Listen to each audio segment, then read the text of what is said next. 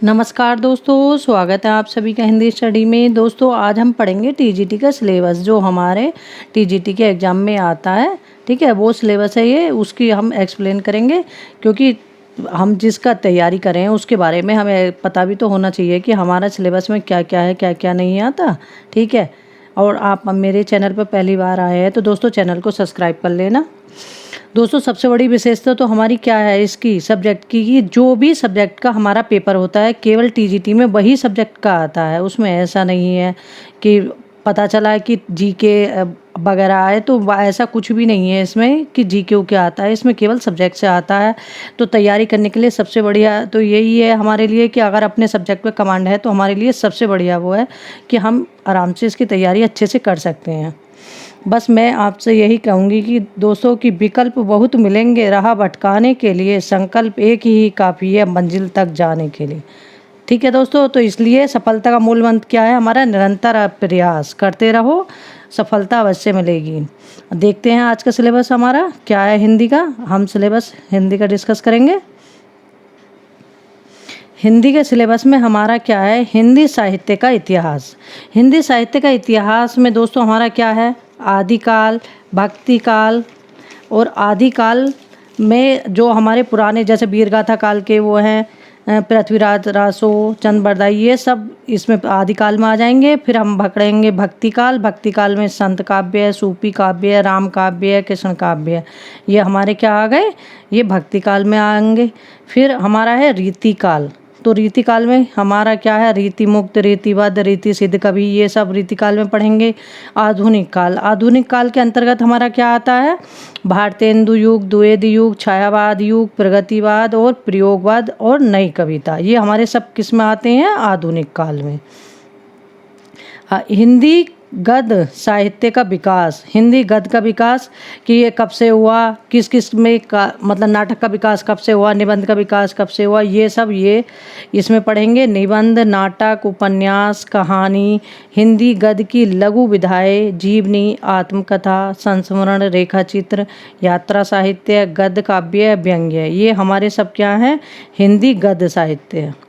हिंदी के रचनाकार एवं उनकी रचनाएं, जो हमारे लेखक हैं हिंदी के, उनकी रचना, तो वो जब हम सारे युग पढ़ेंगे तो लेखक पढ़ेंगे तो उनकी रचनाएं भी पढ़ेंगे। ठीक है, आगे देखते हैं काव्य के भेद। काव्य के भेद में हम क्या पढ़ेंगे? रस के अवयव भेद, रस, छंद, अलंकार, और अलंकार में शब्द अलंकार, अर्थ अलंकार। ठीक है, और आगे है हमारा काव्य गुण, काव्य के गुण, काव्य के दोष, हिंदी की बोलियाँ, हिंदी की विभाषाएँ, हिंदी की शब्द संपदा। हिंदी की शब्द संपदा के अंतर्गत दोस्तों हमारे तद्भव, तत्सम, देशद, विशेषद, ये सारे संकर, रोग, रूढ़, ये सारे शब्द हमारे कहाँ किस में आएंगे? हिंदी की शब्द संपदा में। हिंदी की ध्वनियाँ, देवनागरी लिपि, जो हिंदी की ध्वनियाँ हैं देवनागरी लिपि, उनका नामकरण, विकास, विशेषताएं, तो हिंदी की जो ध्वनि है उनका विकास कैसे हुआ, नामकरण, उनका और उनकी विशेषताएं, और जो उनकी त्रुटियाँ थी उसमें सुधार में प्रयत्न किस किसने किया, जैसे काका कलेलकर हैं, श्याम सुंदर दास हैं। ठीक है, ये सारी बातें। व्याकरण, व्याकरण में हमारा है लिंग, वचन, कारक, संधि, समास, वर्तनी, वाक्य, शुद्धिकरण।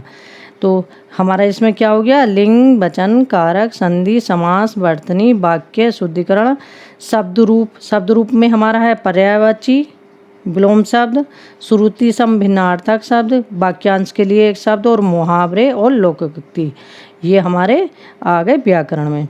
अब संस्कृत साहित्य, दोस्तों संस्कृत साहित्य से हमारा ज़्यादा नहीं पूछा जाता टीजीटी में, क्योंकि ये संस्कृत का पेपर थोड़ा ही है, लेकिन हमारे यहाँ संस्कृत, क्योंकि हिंदी के साथ संस्कृत पढ़ाई जाती है 9th हाई स्कूल में भी। ठीक है, तो इसलिए थोड़ा सा संस्कृत के बारे में भी इसमें से लगभग 10-15 क्वेश्चन आते ही आते हैं संस्कृत के।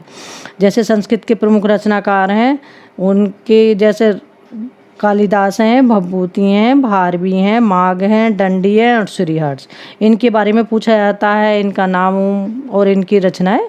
ठीक है, आगे हमारा है संधि। तो संधि में है हमारी स्वर संधि, व्यंजन संधि, समास, संस्कृत के समास जो होते हैं, शब्द रूप, धातु रूप, कारक प्रयोग, ये क्या है हमारे इसमें जो इनका व्याकरण है उसमें।